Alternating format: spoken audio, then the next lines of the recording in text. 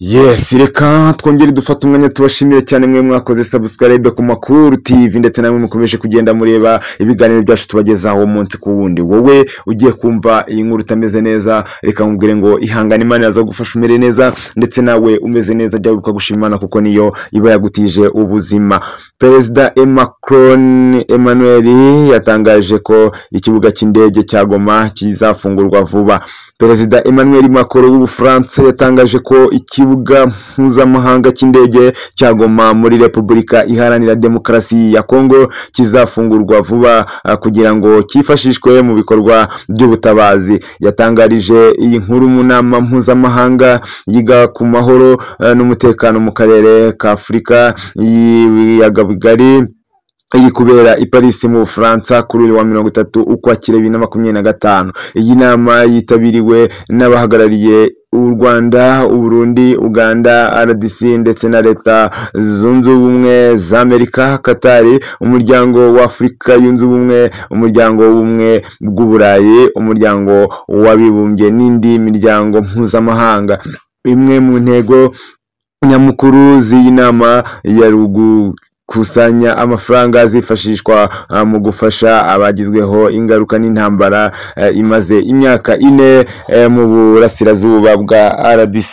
Ubufaransa na Togo byateguye iyi nama, byagize iki gitekerezo nyuma yaho bigaragaye ko kugeza tariki ya 15 Ukwakira 2025 muri miliyari 2.5 z'amadolari zari kwifashishwa mu gufasha aba bantu. Muri uyu mwaka hamaze kuboneka 13%. Perezida Macron yatangaje ko muri iyi nama hakusanyijwe miliyari 1.5 z'amayero ndetse na miliyari 1.7 by'amadolari zo kuziba icyuho, kandi ko mu bagenerwa bikorwa bazibandwaho ari abahunze ibice birimo imirwano, barimo abagore n'abana bahabwe ibiribwa ndetse n'imiti. Uyu mukuru w'igihugu yagaragaje ko kugira ngo imfashanyo n'ubundi butabazi abagizweho ingaruka n'intambara bakeneye bigende neza, ari ngombwa ko ikibuga cy'indege cya Goma gifungurwa kugira ngo indege z'ubutabazi zijye zikigwaho. Iki kibuga cy'indege cyafunzwe mu mpera za Mutarama 2025 ubwo abarwanyi b'umutwe witwaje intwaro wa M23 bafataga umujyi wa Goma. Icyo gihe bavugaga ko ingabo za RDC zasize zicyangije, ariko abakozi b'umuryango w'abibumbye baragitunganyije. Muri iki gihe nticyari cyagakoreze kuko leta ya RDC yari yabujije sosiyete z'indege kukikoresha mu gihe kikigenzurwa n'uruhande bihanganye. Perezida Macron yasobanuye ko mu byumweru 2 imbere iki kibuga cy'indege kizafungurwa kugira ngo kijye kigwaho indege z'ubutabazi iminsi 2 mu cyumweru, kandi ko ubusugire bw'ubutaka bwa RDC buzubahirizwa.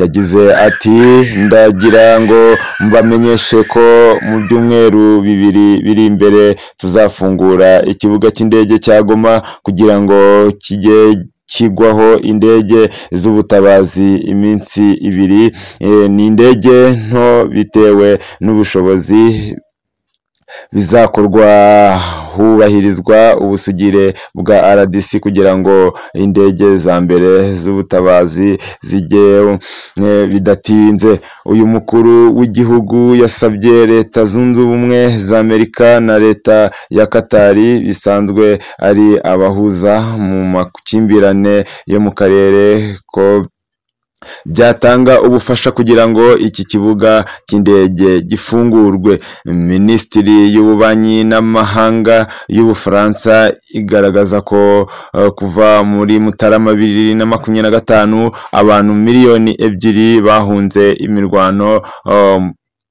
mu burasirazuba bwa RDC, kandi ko muri rusange abagera kuri miliyoni 28 bafite ikibazo cyo kutabona ibiribwa bihagije.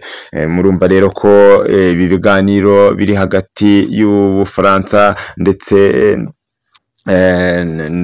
na Katari ko bigiye gutanga umusaruro, kuko bagiye gufasha bamwe mu bagizweho ingaruka z'intambara zimaze igihe zibera muri Congo. Murabona ko iyi nama igiye gutanga igisubizo kizima, kuko n'ikibuga cy'indege kigiye gufungurwa. Reka tuzasubire ku makuru y'ubutaha tureba ibyo M23 yo yatangaje, niba ese irabyemera ko iki kibuga gikoreshwa. Ariko inkuru ihari nuko bazabyemera, kuko M23 ikunda ibiganiro ndetse no gufasha abaturage ba cyo gihugu cya RDC.